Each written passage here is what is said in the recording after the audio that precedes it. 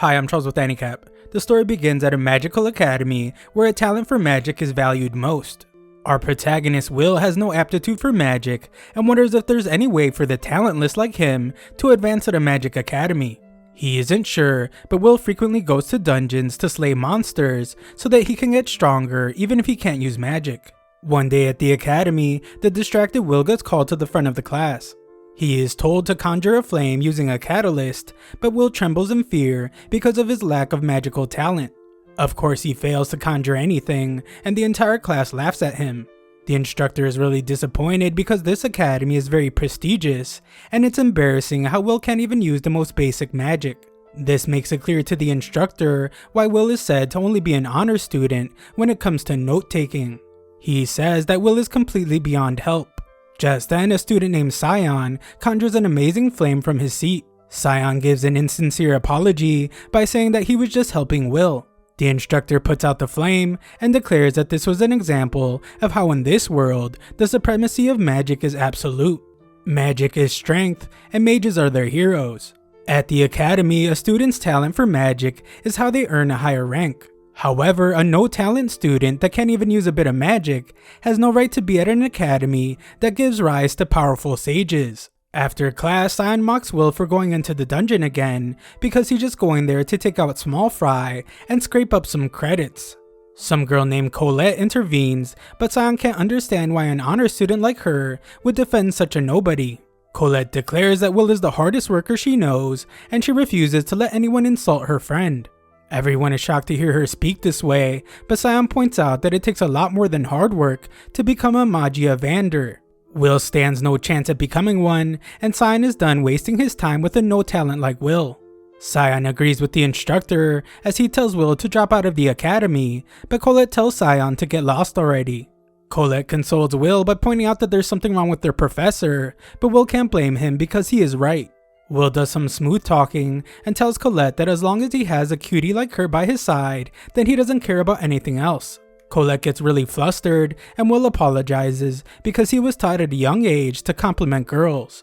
He says that her cuteness is completely objective though, and this just gets her even more flustered. Colette reminds herself that she is the heir to a noble and she must remain composed. Just then, Colette becomes concerned because Will has gone completely silent, and he explains that he's just admiring how nice of a day it is. Colette then explains that the Magia Vander, who are the most powerful wizards, continue to uphold the sky. Long ago, people were trapped in darkness and didn't even know about the existence of the sky. The world was being terrorized by something called the Celestial Host, but 5 wizards rose up against them. The wizards sent the invaders packing, and they cast a seal over the sky while bringing peace to the world. The title Magia Vander is a title given only to the strongest, and it has been passed down for ages. When Will was younger, some girl named Elfaria told him stories about what lies on the other side of the sky. There is said to be a beautiful sunset that turns all kinds of things bright red. She thought that if they could become Magia Vander, then they would be able to see the sunset. Will wanted them to see it together, so they swore that they would. Will realizes now that this was just a childish promise, but Elfaria was the real deal. She was an incredible talent, and she became the youngest to ever earn the Magia Vander title. Because of this, she left to the top tower, and the talentless Will was left behind. Will is unable to give up on the promise they made, so he works hard so he can stand beside her one day. Afterwards, Will is scolded by Professor Werkner for going to the dungeon again. The worst part is that Will went to the 7th floor, and Werkner fears that Will lose his life one day. Will apologizes and sheepishly asks about his credits, which just gets Werkner more upset. Will did eliminate an evil guard in the dungeon though, so Werkner awards him with 2 credits. Will couldn't be any happier, and Werkner is shocked that he hasn't given up on becoming a Magia Vander. Will wonders what is so wrong about that, so Werkner explains the difficulties that lie ahead for him. Before heading to the tower, Will have to advance to the Upper Institute. To do that, he will need to be proficient in the 3 curricula. The curricula are writing, spellwork, and praxis.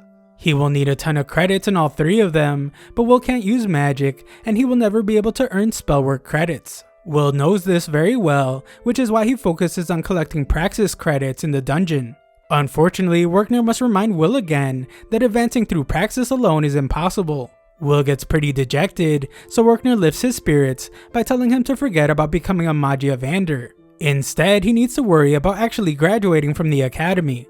Will failed to earn credits in the most recent exam, which means he needs to earn 4 credits by the end of the week. There are only 2 days left, so Will desperately searches his notes to find a monster worth 4 credits. Werkner wants to help him, but he doesn't want to get in trouble, so he says that he's simply talking to himself, and he reveals some report about a certain monster on the 6th floor of the dungeon. It's called a Baskerville, and it's exactly what Will needs, so Will thanks the helpful professor.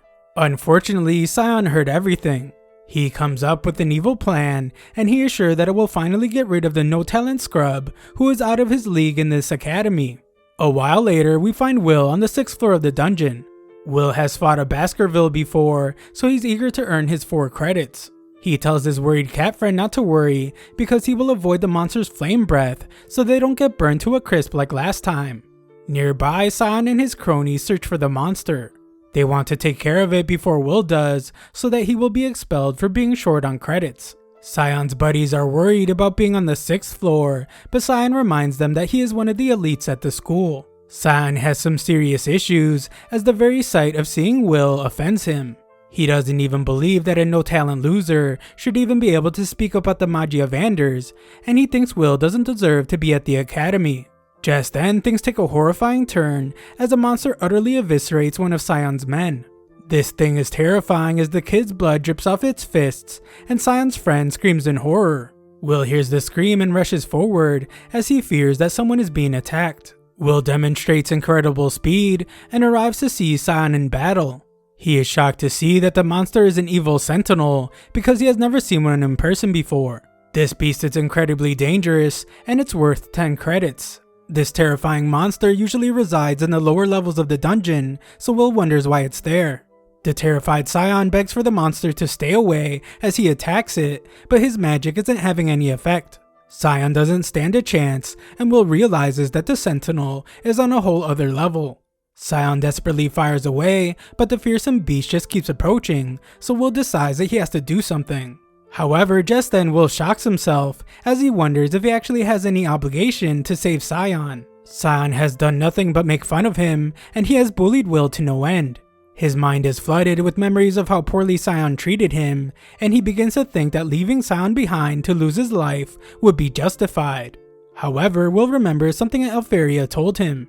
She said that he was kinder and braver than anyone she has ever met, and we see that she was the one that gave Will his glasses. Back to the present, Will says that Alferia was wrong. He isn't kind or brave, he just wants to do whatever it takes to stand beside her. Will puts on his battle glasses and dashes forward. He stops the monster's immense attack and declares that he will become a lone sword. Back at the school, Professor Edward urgently tells Werkner that Scion and his buddies went to the dungeon without permission.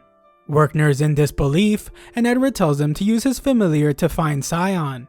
The kids are in serious danger, so Werkner prepares to do so and asks what floor they're on. Edward explains that they went to the 6th floor, and he is shocked when Werkner declares that if they went to the 6th floor, then there's no need to worry. Edward reminds him how dangerous the 6th floor is, but Werkner explains that everything is fine because that is the floor Will is on. Back in the dungeon, Will demonstrates his immense fighting ability as he fends off the sentinel, and he manages to slice off one of its fingers.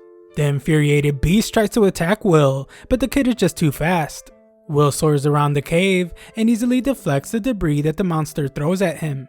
Eventually, Will makes it onto the monster's back, and Scion watches in shock as he can't believe that this is the same Will from school. The professors watch the fight from a crystal ball, and Edward can't believe what he is seeing from Will. Werkner then reveals that Will is a true outlier. He has superhuman strength that a mage would never possess, and a body as tough as a dwarf's. That isn't all though, as he also has incredible observation skills that allow him to grasp an enemy's strategies after seeing them just once. Will demonstrates this by dodging an attack the monster just used, and he uses this opening to slice its arm off. Werkner concedes that Will cannot use magic, but in this world filled with magic users, Will is the one and only warrior. Will now takes the monster's giant sword, and as the beast becomes infuriated, Will gets ready for an attack. Scion hasn't moved an inch this entire time as he is stunned by Will's strength. The monstrous beast unleashes a powerful beam attack, but Will stops it with the sword. Werkner continues to explain how powerful Will is by declaring that his slash of the sword surpasses even lightning. Will shows just that as he slices right through the monster's beam, causing massive damage everywhere, and the monster is utterly defeated. Will shows concern for Scion, but Scion is so angry that he makes himself bleed from the mouth. Edward is just as upset, as he refuses to believe that someone who can't use magic is able to surpass magic. A while later, Will returns to the academy to find the very upset Werkner. Will did manage to eliminate the Sentinel though, so he officially awards Will 10 credits. 5 years earlier, we see how terrible Will felt while everyone whispered behind his back. They had never heard of someone who couldn't use magic like him, and everyone wondered how he got into the magical academy. Everyone just assumed that he was used as bait to lure his friend Elfaria to the school. Elfaria had already become a Mage Evander at this point, so the other students assumed that he would be kicked from the academy. Will went to meet with Headmaster Cauldron, and she put a dagger in his hand. Without saying a word, she prepared an attack, and Will sprung into action. He pushed Werkner to safety, and before Werkner could even hit the ground, Will neutralized the Headmaster's attack with just a dagger. Cauldron and Werkner were absolutely stunned, so the Headmaster could only laugh about Will's amazing display of skill. Werkner was then shocked when she declared that Will be allowed to continue attending the Magic Academy. Werkner reminded her that Will is unable to use magic, but Cauldron was extremely intrigued by Will. He was like a sword that yearned to be a wand. Surprisingly, Will still seemed unhappy. He just wanted to know if he would be able to ascend the tower if he kept studying at the academy, and if he became strong, would he be able to be with Elfaria? Cauldron gave him hope as she declared that if he remained undaunted and stood strong, he might be able to achieve his goal. After he left though, Cauldron admitted that she had no clue how things would end for Will, the sword attempting to become a wand.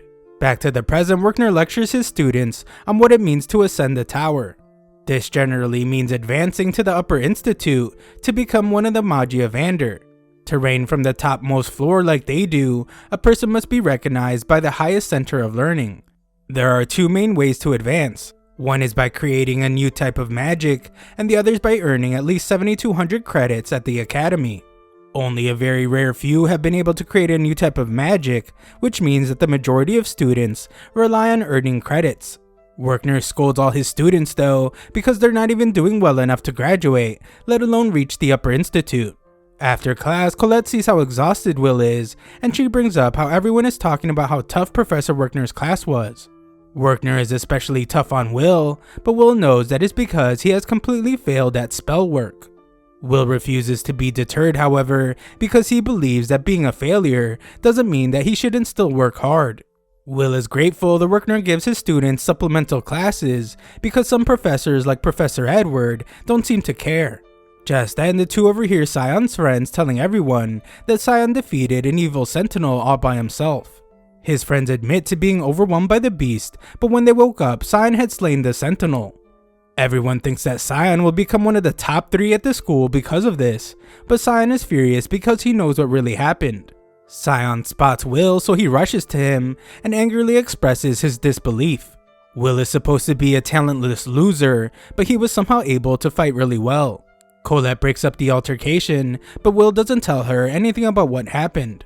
In the headmaster's office, the angry Edward demands that Will be expelled. Cauldron points out that Will is already in his 6th and final year at the school, and it would be cruel to expel him after he has come this far. Edward is furious though, because he doesn't think the academy needs someone who is a warrior and not a mage. Being able to surpass magic without being able to use it is blasphemy to him. Cauldron checks Will's grades and explains that he more than excels at everything other than magic. So much so that he will have several paths to choose from outside of being a Mage Evander. She declares that the academy has a responsibility to produce great scholars for something she calls the fated day. This just further emboldens Edward, so he explains that the issue is Will is determined to become a Mage Evander. That fact is clear to everyone, so Cauldron sees his point and declares that Will should be tested. Also, because Edward has learned Will's secret, she instructs him to administer Will's test personally. If Will fails Edward's test, then she will entrust the matter of his expulsion to Edward. Even Edward is surprised by her decision, and he reminds her that he's not as lenient as Werkner. Cauldron is not concerned, so she leaves the contents of the exam up to him, and Edward gets a sinister smile on his face as he leaves. When he leaves though, we see that Cauldron is pretty confident, so she wants Edward to test Will as hard as he can so he can see the truth for himself. She believes that Edward is the best for the job because he understands the Mage Evander better than anyone, and that is why people call him the Dark Viper Mage. Elsewhere, Will apologizes to Colette because she always has to help him do magic things that he can't do himself, like opening his magic locked locker. Colette doesn't mind, but she notices that he still keeps his sword in his locker. Will explains that he has to because he has never been given permission to carry it on campus. At the study hall, Will writes a report about one of his favorite battles. Dwarves were a race from another world, and they were severely mistreated. They were overworked and even treated worse than the elves. Because of this, they raised an army and waged a war. Colette wishes he wouldn't work so hard, but Will explains that if he loses even just one credit, he won't be able to advance to the Upper Institute. This report isn't too bad though, because he can understand how the dwarves felt. This is because even in the face of the mightiest magic, they continued to fight. They never gave up, and such determination is what Will believes is necessary to overcome magic. Professor Werkner taught him this saying, and it's just another reason why Will must do his best. Colette then notices that Will has a white hair. He rejects her offer to pull it out, but she insists. Just then, Edward interrupts them and instructs Will to come with him to the spell hall. Edward explains that he can't allow Will to continue failing spell work, so he has decided to give him a supplemental lesson. Will is shocked, and Edward tells him to be grateful. He declares that he will ascertain Will's worth himself, but Will is shocked when Edward uses a magic attack against him. Edward simply explains that Will's assignment is to land a single strike on him, and refusal is not an option. However, if Will succeeds, then he will award Will with his first ever spellwork credits. Will is stunned by the opportunity to receive 5 spellwork credits, but Edward reveals that if Will fails, then he will be expelled from the academy. Edward prepares his next attack, and declares that those without talent should not be permitted to even look at the Mage Evander. Edward has given Will a reason to fight, so he decides that it's time to begin, and he unleashes the attack. Back in the headmaster's office, Cauldron reveals to Werkner what she has done. She tells the shocked Werkner that Edward is conducting a test, and he's forbidden from interfering. Cauldron has recognized Werkner's advocacy for Will, but she must also recognize Edward's concerns.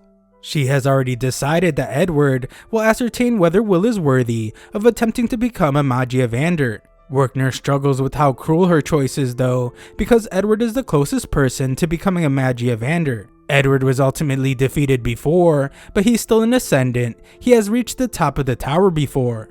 Edward demonstrates his fearsome abilities now, and Will is shocked that he was able to generate so much power by only using a low-level dark magic spell. Will is no slouch though, and he shows his incredible speed, but his kick is stopped, and Will realizes that Edward's defense is impregnable. Edward mocks Will for kicking a magical shield, and he calls him hopeless. Will is knocked back by a powerful attack, and he's stunned to see that Edward is casting spells with no incantations. They activate instantly, and there's no hole in Edward's offense or defense. Things aren't looking too good for Will, as he realizes that he can't even scratch Edward, and we see that Will's familiar named Kiki runs off. The confident Edward announces that the only magic he will use are his black flames to burn Will, and his shield to repel Will's poultry attacks. Edward prepares his next attack, and Will is horrified to see that he's overlapping a single spell. The attack was extremely powerful the first time, but now he's going to unleash a barrage of them. Edward declares that the talentless need to disappear, and he unleashes the attack. The attack is impossible to escape, so Will is struck several times as Edward demonstrates immense control of his magic. Will is in really bad shape now, and he begins to realize that he can't beat Edward. He is shocked to see what a top-tier mage looks like, and Will wishes that he had his sword. Nearby, Colette worries about Will after hearing that he was going to have supplemental lessons with Edward. She fears the worst, but she is surprised when she sees Will's familiar. Kiki is injured, but she still scratches at Will's locker, and Colette realizes that something bad has happened to Will. Kiki is clearly distressed, so Colette urgently opens Will's locker. Back with Will, Edward points out that if he can't handle someone like him, then Will has no chance at ever becoming a Mage Evander. Edward then brings up the war involving the dwarves and explains that they foolishly incited a rebellion with the force of 10,000 dwarves. He then asks Will if he knows how many mages it took to end the battle. Will tries to get up, but Edward forces him down and angrily reveals that it only took one mage. With a simple wave of his wand, a single mage was able to annihilate 10,000 dwarven warriors. Edward angrily declares that this is the way of the world and a sword will never reach a wand. He wants Will to abandon his aspirations, but Will refuses and proudly announces that he wants to reach the Mage of Ander. Edward pushes him away and demands to know what drives Will to fight so hard. Just then, Will stands defiantly and declares that he wants to be with the person he loves. This answer shocks Edward to his core, and Will continues by saying that he wants to keep the promise he made with Elfaria. Edward is disgusted and refuses to believe that something as simple as love is what is pushing Will to reach for the apex of magic. Will understands how foolish it must seem to Edward, but he doesn't care how difficult the path will be. He is determined to see the sunset with Elfaria. Just then, Colette arrives at the perfect moment and she gives Will his sword. Will thanks her and gets ready for a real fight. Edward calls Will a deviant and points out that he cannot win with the sword. Edward promises that he will defeat Will as he unleashes another attack, but he is stunned when Will slices right through his magic. This makes it clear that he's using a Moria blade, but Edward doesn't care and launches another attack. Will thinks about how terrified he is as he can tell that Edward is going to launch another barrage. This is because it's a terrifying volley of 1,000 flames. Will can't stop his legs from shaking as he acknowledges that Edward is a powerful barrier between him and the Mage of Ander. Will really wants to run away, but he knows that this is the only way through the barrier. Edward declares that the fight is over as he sends out his barrage of magic attacks, and Colette calls out to the charging Will. Will masterfully maneuvers through the attacks and thinks about how there is actually more to the story about the Dwarven War. There was a brave dwarven general named Gareth that fought even as he lost all his comrades. In spite of everything going on around him, he was able to land a single blow. After the battle, in honor of his bravery, the mages recognize the dwarf's status. Just then, Will launches a brick at Edward's barrier and it shatters everywhere. Will then takes to the sky as he declares that the dwarven story is an example of a sword seeing a wand and reaching it. Will uses the ceiling as a launching pad and he sends himself right through Edward's barrier by slicing through it. The battle then reaches its dramatic conclusion as both fighters point their weapons at each other. Edward is then stunned and furious when he realizes that Will cut him. He walks away, but he also declares that Will is rewarded 5 credits. Colette runs out to check on Will, but he's completely exhausted. Cauldron is very impressed with Will, and Werkner points out that Will chose to dive straight into Edward's barrage. He hid himself and attacked from a blind spot overhead. That isn't all though, as Cauldron points out that Will used a strike powerful enough to break through Edward's shield.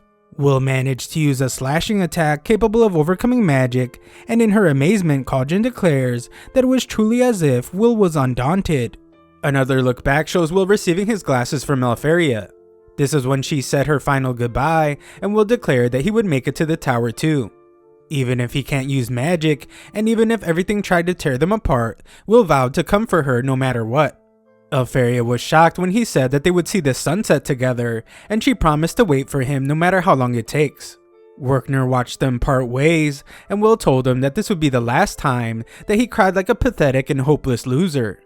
Back to the present, Will describes himself as a no talent and a book learner who only excels in writing. Will is a student, but he's also a hard worker. Just then, Will trips, but he demonstrates amazing speed and coordination as he easily catches all his fallen newspapers. Elfaria is in the news for her amazing achievement of creating new original magic. In fact, she's the first to achieve the remarkable feat of inventing 12 magics. Will is of course proud, and he vows to work hard too. He is shocked though when he reads that Elfaria has sent down an order. Will rushes to his friend Rosti and begs him to make magical items for him. Will urgently gets ready and explains everything to Rosti. The order is to collect Frostwalker ice cores because Elfaria needs a lot of magic catalysts. Because of all this, contributing students will be compensated. The target is on the 4th floor of the dungeon, so Will begs Rosti for some magic items. Rosti is a good friend and explains that he already made improvements to the previous version of a magic item. Rosti hands over the new version and Will thanks his buddy. Rosty's always looking out for Will though, so he makes sure he eats something and reminds him to take care of himself. Shortly after, Will arrives at the 4th floor of the dungeon. There he finds a ton of students, but he expected this because an order from Alferia is very important. Will eagerly tells Kiki that it's time to get started, but he's startled when the ground shakes. This shake was caused by Scion, as he eviscerated some Frostwalkers, and Scion's friends cheer him on. Scion isn't satisfied with destroying weaklings like this though, because he's still upset about how strong Will was when he saved him. Will, on the other hand, is very impressed by Scion and determines that he must hurry because at this rate, there won't be any Frostwalkers left to hunt. This area is pretty crowded though, so Will has no choice but to go deeper into the dungeon. Will ends up finding a girl in danger, so he rescues her. The girl is stunned because Will doesn't use any magic, and he simply destroyed the monsters with a sword. The girl thanks him for saving her and introduces herself as Iris. Back at the academy, Professor Werkner explains that creating new magic is a profound achievement, one so grand that it guarantees unconditional advancement to the tower. Magic usually takes on the name of the person that created it, and in the case of the dark magic spell Dax Dakins, its namesake is a mage from ancient times, Fire Watchman Dakins. This means that if one of his students come up with some new magic, then they can carve their name into history. A student wonders if Alferia is really as good as the news says, and Werkner agrees that she's unbelievably good. Authoring 12 original spells is unheard of, so she is one of the greatest mages in history. Colette can't believe that Alferia is Will's childhood friend, and Alferia even has the entire school in an uproar after issuing an order. Colette's friend teases her because she's obviously jealous, and she says that Colette must be afraid that Alferia is going to steal Will away from her. Colette denies it, but Werkner must scold them for being too loud.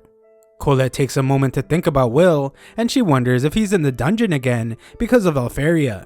Will is, of course, and Iris says she recognizes him as the kid from school that has no talent. Will wonders why she doesn't have any disdain towards him for being talentless, but Iris says that she can't look down on the person that saved her.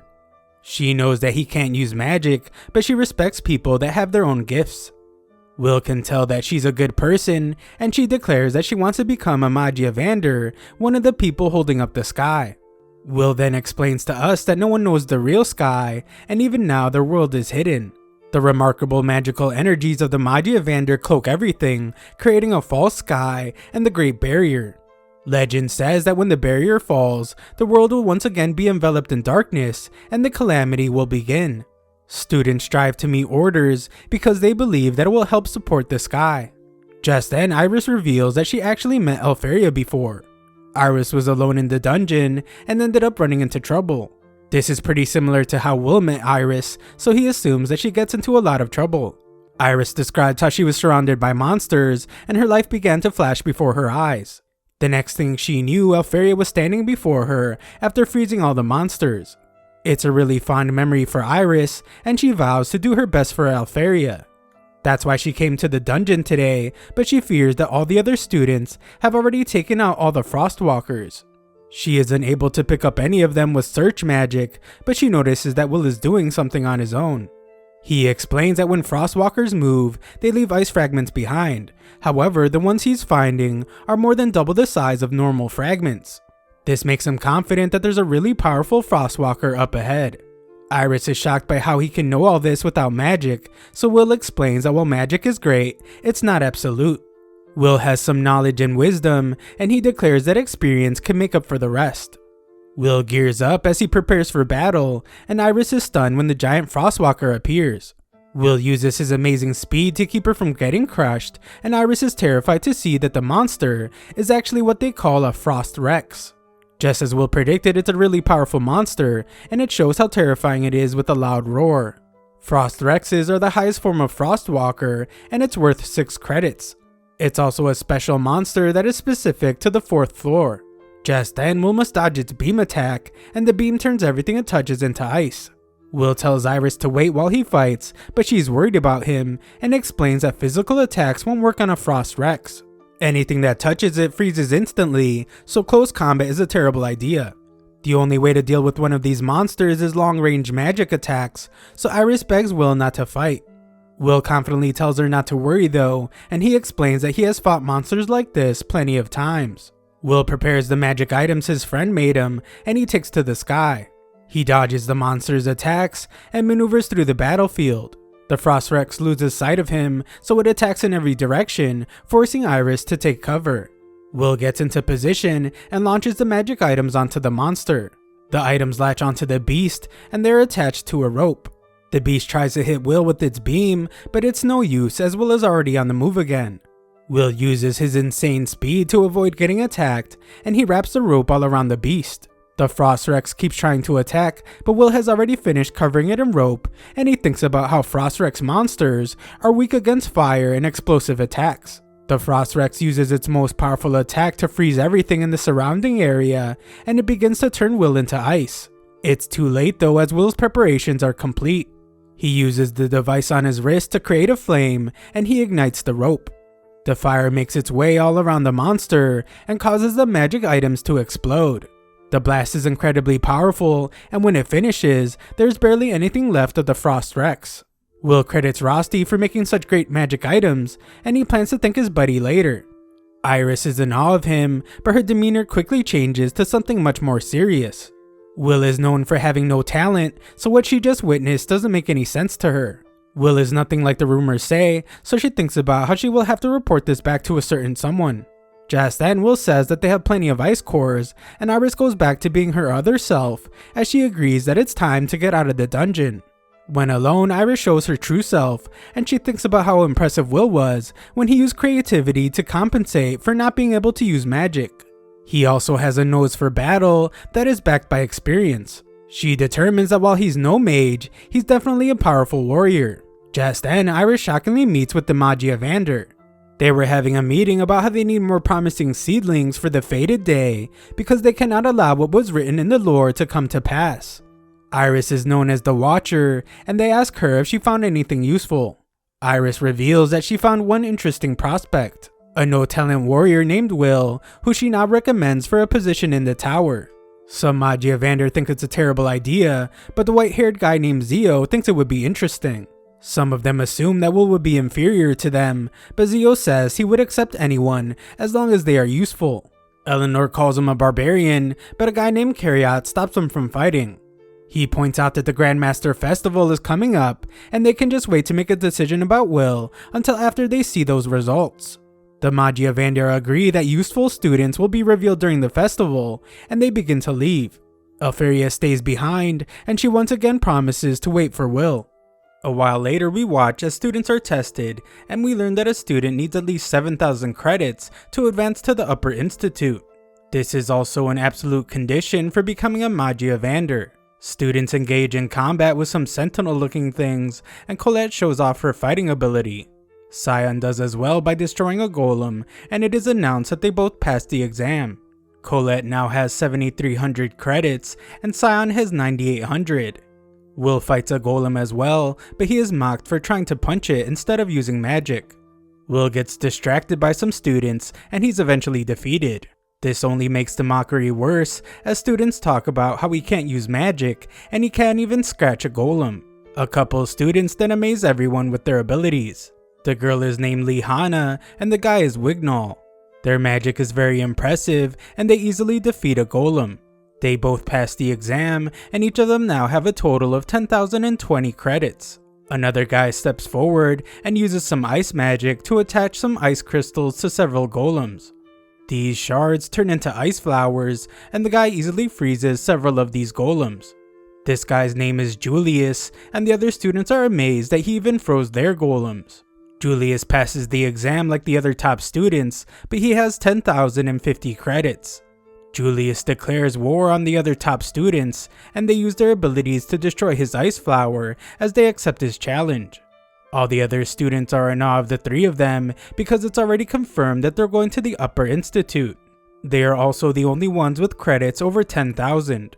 Credits are used to measure a student's potential, but Will doesn't have enough of them to graduate, let alone advance to the Upper Institute. This is Will's last year at the school, and he only has 5,500 credits.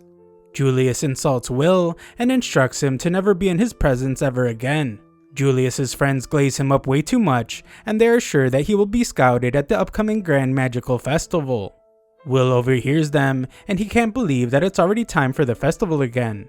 At lunch, Colette tells Will that his only option is to get scouted at the festival.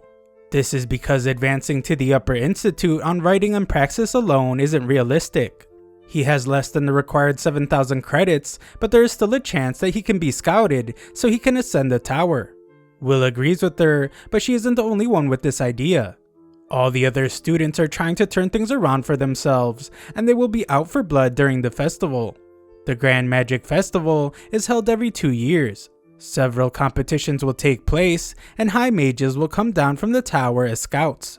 It's a contest between students from different tower factions, and there are quite a few of them. Colette is sure that if one of those factions chooses Will, then he will surely be admitted as a tower member.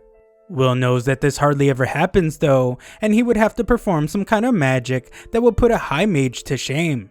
That isn't all though, as Colette explains that there are people called Watchers that appear to snatch up outstanding talents and carry them off to the tower. Will has heard of these Watchers, but he points out that they're just one of the Academy's 7 legends. Will doesn't think that a no talent like him should try to stand out at the festival, so he just plans to help with operations. Colette thinks this is a chance for him to change the way people see him, but Will reminds her that people didn't like how he competed during the last festival 2 years ago. This festival went down as the worst one in history, and Will says that he stood out for all the wrong reasons. Outside, everyone practices their magic, and it starts to feel like the festival really is drawing near. Luckily for Will, scouts from other capitals will be coming, so even if he can't ascend the tower, there are other paths he can take. The festival is a great way for students to show what they are capable of. This is why Colette wants Will to participate, but he points out that he can't even use magic. Just then, Colette notices that a barrier has been placed on a nearby locker. Colette is pretty sure that she can break the powerful spell, but she uses Kiki to quietly remove it. Opening the locker reveals a hidden stairway, and they decide to explore. Down below, they find some students betting on who will win certain events at the festival. This is underground gambling, and students are placing their bets on the top students. Will is shocked to see Scion there, and Colette proactively keeps Scion from starting trouble. She warns him not to get violent, and Will wonders what Scion is doing there. Scion doesn't answer, but his dumb friends say that it's not like he's trying to see what the betting odds are, because there are rumors that there's a huge spread between him and the top students. Scion loudly scolds his dumb friends, and Colette mocks him for being worried about the top students. Scion of course denies it, and points out that the number of credits he lags behind them are just credits he lost in writing exams. Scion is sure that he's just as strong as the top students, but he remembers that he doesn't have to explain himself to Will. The next day, Colette offers to go with Will to the dungeon, but he explains that he's going to work at the tavern. This tavern is on the outskirts of the capital of magic, and it's on Slumland Street. This place is filled with dwarves, and Will works there as a server. Will speaks to the guy he sees when delivering papers, and this guy can't believe how hard of a worker Will is. Will delivers papers in the morning, attends the academy during the day, and then waits tables at night. Will explains that he doesn't have a scholarship, so he needs to work hard to pay his tuition. The old guy thinks that the Grand Magic Festival can fix everything for Will, but Will says he could never enter it. Will is scolded for slacking off, and his boss points out that Rosti is working much harder. Will apologizes for needing his help at work, but Rosti doesn't mind since he enjoys the challenge of having to work without magic. One of the servers quit, so Rosti's helping Will at the last second. The place gets even more lively, and all the dwarves show how well Will gets along with everyone. Later, Rosti wonders why Will doesn't just ask Werkner to find him a better paying job. Will explains that he causes enough trouble for Werkner as it is, and he doesn't mind working for the dwarves. They are hardy people that Will respects a lot, and they welcomed him in with open arms. Just then, Will drops the spoon, and as he reaches for it, Julius enters the place. Julius insults the gross-looking tavern, and he mocks Will for working there. He thinks it's a good fit though, since it's only right for a no-talent like Will to serve barbaric dwarves. The old dwarf is insulted, and Julius wonders what the look in his eyes is. Julius reminds him that they are an inferior race that immigrated here from another world. He tells them to know their place, and he takes a seat. The dwarven world was destroyed by the celestial host a long time ago, and the dwarves escaped to this world. Julius continues to insult the tavern, and he demands that he be served. Unlike the elves, dwarves are treated with disdain, and if a dwarf were ever to lay hands on a mage, their standing would instantly be in danger. Tensions rise as the old dwarf is clearly upset, and Rosti brings some food to Julius. Julius and his friends insult the food as well, as they think that it would only taste good to a barbarian. Julius then calls the dwarves filthy beasts, and tells them all to get out of his country. The rude bunch has a good laugh, but Rosti notices that Will has gotten very serious. Julius and his buddies think that Will is there to wait on them, but Will demands that they take back everything they said. Julius is annoyed by him, but Will explains that there's actually a lot of meaning behind the dwarven food. Will declares that it's not something that should be mocked, and everyone watches in shock. Julius rudely points out that none of them can use magic, and explains that if something is disgusting, he will call it disgusting. Julius then kicks the food right onto Will, and his friends tell Will not to get any ideas about fighting back. These idiots just mess with the wrong guy though, and Will instantly drops both of Julius's friends. Will knocked them into unconsciousness with just one move, and he tells Julius that the savagery between them is more senseless than that of the dwarves. Julius becomes furious and explains that he hasn't faced humiliation like this in a really long time. Julius's rage shows in his power as the room begins to freeze over. He warns Will that he just picked a fight with the worst possible person, and Will just barely manages to dodge Julius's dangerous attack. Things get more intense, and Julius manages to pin Will against the wall. Julius then uses his wand to taunt Will by pushing one of his ice flowers, but he is shocked to see that Will is still defiant. Julius decides that encasing Will in ice won't be enough to appease him, because no one is here to see it. He demands that Will enter the Grand Magical Festival so he can humiliate him in front of everyone. Will destroys some of Julius's ice and declares that he will enter the festival. The old dwarf tries to stop Will, but Rosti can tell that it's far too late because Will is really angry now. Julius declares that he will defeat Will and make sure that he will no longer be able to stay at the academy. Will has had enough of this guy and tells him that he will have to apologize to his friends once he beats him. A while later, the headmaster gives a short speech and announces the start of the Grand Magic Festival. Fire Faction scouts are told to keep their eyes peeled so they can find a diamond in the rough among all the participants. Spectators then watch as participants ride on Charizards during one of the matches. Spectators are amazed by the intense race, but it's pretty clear to them that Lihana is going to win. This is expected from the one they call Miss Perfect because she stands at the top of the school. Headmaster Cauldron observes the crowd and is glad to see that scouts are mixed into the crowd with their eyes gleaming. Iris points out that mages coming from outside the tower always create some tension. The scouts are now having their own competition to find the academy's most promising students. Lihana of course wins the sky race in record time, and it's her second time winning in a row. Iris says she has to leave for now as she has work she must tend to. Iris then changes to her other persona to say that there is a certain person she has to cheer for. Nearby, Sion prepares for his match and thinks about how he can't let down a girl in need. A look back shows Colette asking him for help even though she hated it. Colette asked him to join her team and Sion accepted. Sion now rushes to meet with her and he thinks about how Colette must have finally realized that he's a better partner than Will. Sion is then of course shocked to see that Will is actually part of their team as well. In order to participate in the festival's crown attack match, each team must have at least 21,000 combined credits. So for Will to compete, their only option was to invite Sion. Sion refuses to help a no talent, and he wonders why Will is trying to enter an upper level event in the first place. Just then, Sion feels shivers down his spine as Julius enters the room. Will gives a cold stare, and Sion realizes that it isn't meant for him. Colette then reveals to Sion that something happened between Julius and Will. Julius entered the crown attack match, so Will decided that he had to face off against him no matter what. Sion is furious because not only did Will humiliate him in the dungeon, he is now looking right past him. The festival continues outside, and the two announcers will be some guy named Mike and the #1 most hated professor, Edward. Mike complains about having to work with Edward, but he takes it back after Edward shows how terrifying he can be. It is then announced that the crown attack match is next, and some elves prepare the field. They recite an incantation that causes giant magic circles to form everywhere, and their combined power changes the entire landscape around the stadium. Unlike the other events, Crown Attack is a team competition held between 3-man teams. Teams start at the outer edge of the field and make their way to the central stadium. At the center of the stadium is a crown, and the first to take it wins. Aside from naturally occurring obstacles from nature, participants will have to avoid tons of traps arranged by the professors at the school. Smashing through the shortest path is allowed, and so is obstructing other teams. We then learn that out of all the events at the festival, the Crown Attack is the most brutal and heated.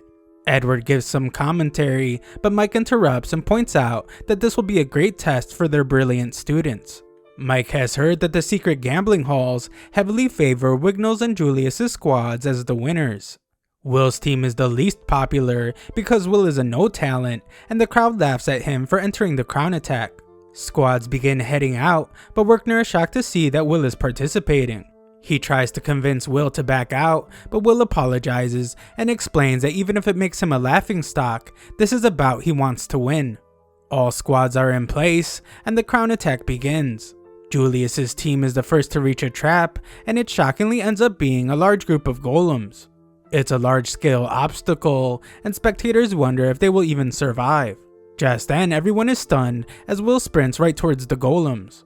The crowd mocks him though, because he could barely even scratch just one of these golems during the exam, and they assume that he's just running to the end of his life. They don't know that Will's team is well prepared, and Will instructs Colette to do what they planned. Colette uses earth magic to cover Will's arm in stone, and he absolutely destroys one of these golems. This causes a large burst of energy to be emitted inside the stadium, and the entire crowd is at a loss for words. Scion is in disbelief as Will continues his barrage of attacks, and Mike declares that the first to make it past the gauntlet of golems is the no-talent Will. Scion could never forgive himself for being saved by a guy like Will, so he did everything he could do to get stronger. Will is still somehow outshining him, which makes Scion furious. Will's team has taken the lead, but this means that they are the first to encounter the next trap.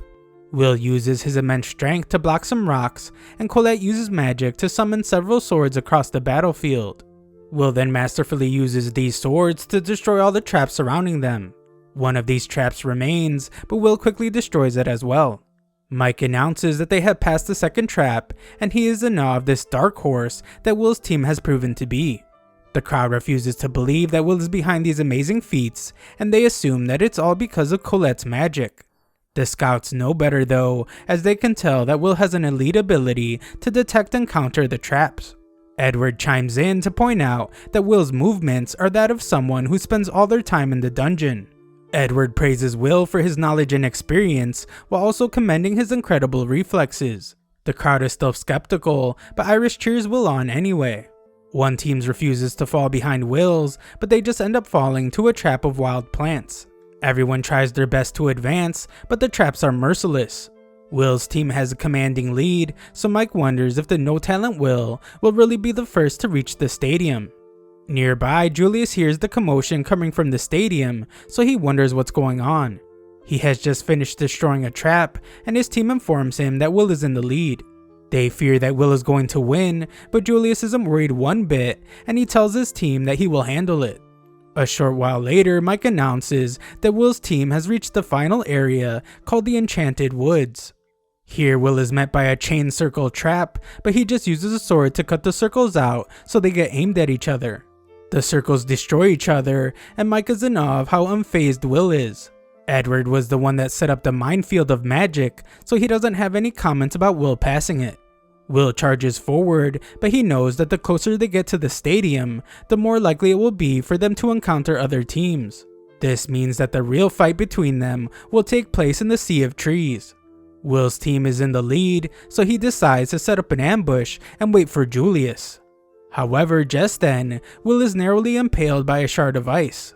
Colette is shocked to see that Julius somehow got there before them, and Will wonders if his team is hiding somewhere. Julius then attacks with a barrage of ice shards, so Will reminds himself to focus. Will prepares to attack, but everyone is stunned when Scion wipes away all the ice with his flames. Scion begins an incantation, and Colette can tell how dangerous it will be, so she begs for Will to get away. It's too late though, as Scion angrily finishes preparing his attack, and Colette must quickly protect Will from getting hit by it. The attack causes massive damage, and the shockwave from it can be felt even at the stadium. Will has no clue what just happened, and he's horrified by the damage that the attack caused. Scion tells Julius to leave as he's just in the way, and Colette realizes that Scion was aiming for both Julius and Will. Scion explains that he has played nice up until this point, but now it's time for him to get his due. Scion demands that Will fight him, but Will is absolutely stunned. Will wants to know why Scion is so upset, but Scion just tells him that he doesn't need a reason to crush him. Colette tries to stop Scion, but Julius halts her movement with a wall of ice. Will becomes concerned when Julius attacks her, but he must defend himself against Scion. Scion's attacks disarm Will, so Will tries to remind him that this is no time for them to be fighting each other.